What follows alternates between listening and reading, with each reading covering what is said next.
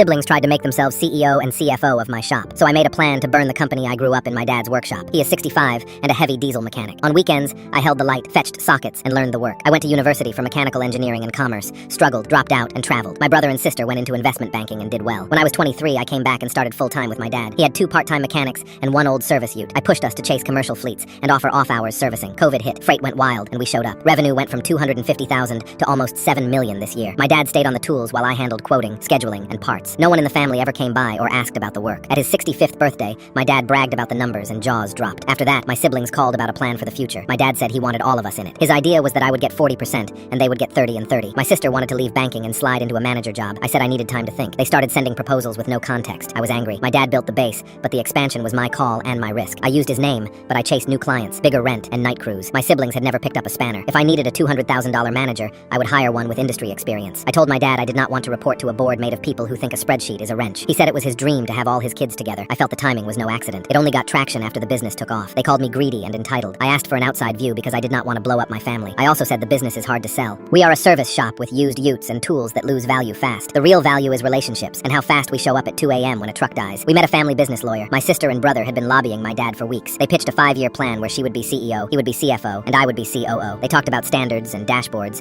and never talked to our customers. I pushed back. I said the current business was half mine and half his, so any split should reflect that. I showed that the big salaries they wanted should instead hire more mechanics. My sister said everyone is replaceable. That crushed me. I carry tacit knowledge from years under lifts and in muddy depots. 27 mechanics are loyal to me because I back them on site and in pay. In the last 15 months, I won our 10 biggest contracts by selling myself as the guy who studied and still turns bolts. This industry runs on trust and phone calls, not slide decks. I decided to stop arguing. I would wait, watch, and think of options. A week later, my siblings came to get onboarded. They wore pastel polos to a diesel shop and pulled their hands back from grease. After the tour, I went to my parents' place. I pitched a slower plan with shadowing and junior roles. They waved it off. I lost my temper. I told my dad he had become a terrible mechanic for the way we now work. He is slow with new gear, avoids routine servicing on big clients, and misses steps on the iPad forms I built. He leaves tools dirty and out of place, so I pair first-year apprentices with him to clean up and check torque. It sounded harsh, but it was true. I also said I felt like the black sheep. My siblings were close, told me to finish my degree, and mocked the shed. Now the shed makes money and they want in. Then I made a choice. I visited a mentor who runs a logistics company and sends us work. I told him everything. He offered a $250,000 loan over 3 years to start my shop. I signed the lease at our old location. I spent my savings on 4 starter utes and $45,000 in tools. I called our 8 biggest customers and they agreed to move with me. That is about 65% of revenue. 7 of our best mechanics said they would come too. I copied our employment contracts from a clean template to avoid legal fuss. I know this will wreck the old business. I tried one more talk with my sister. She patted my arm and said I got lucky. My dad glowed about having all his kids in one building. It was not about greed to me. My title might have been boss's son, but I lived on the road with the team. I loved leading good people, fixing broken gear, and getting fleets moving by dawn. I wanted to keep building that with my dad, but the culture I built was already gone, so I chose the only path that kept the work alive. I signed, hired, loaded the utes, and opened the doors. Now my siblings are saying I'm ruining dad's dream. Was I wrong?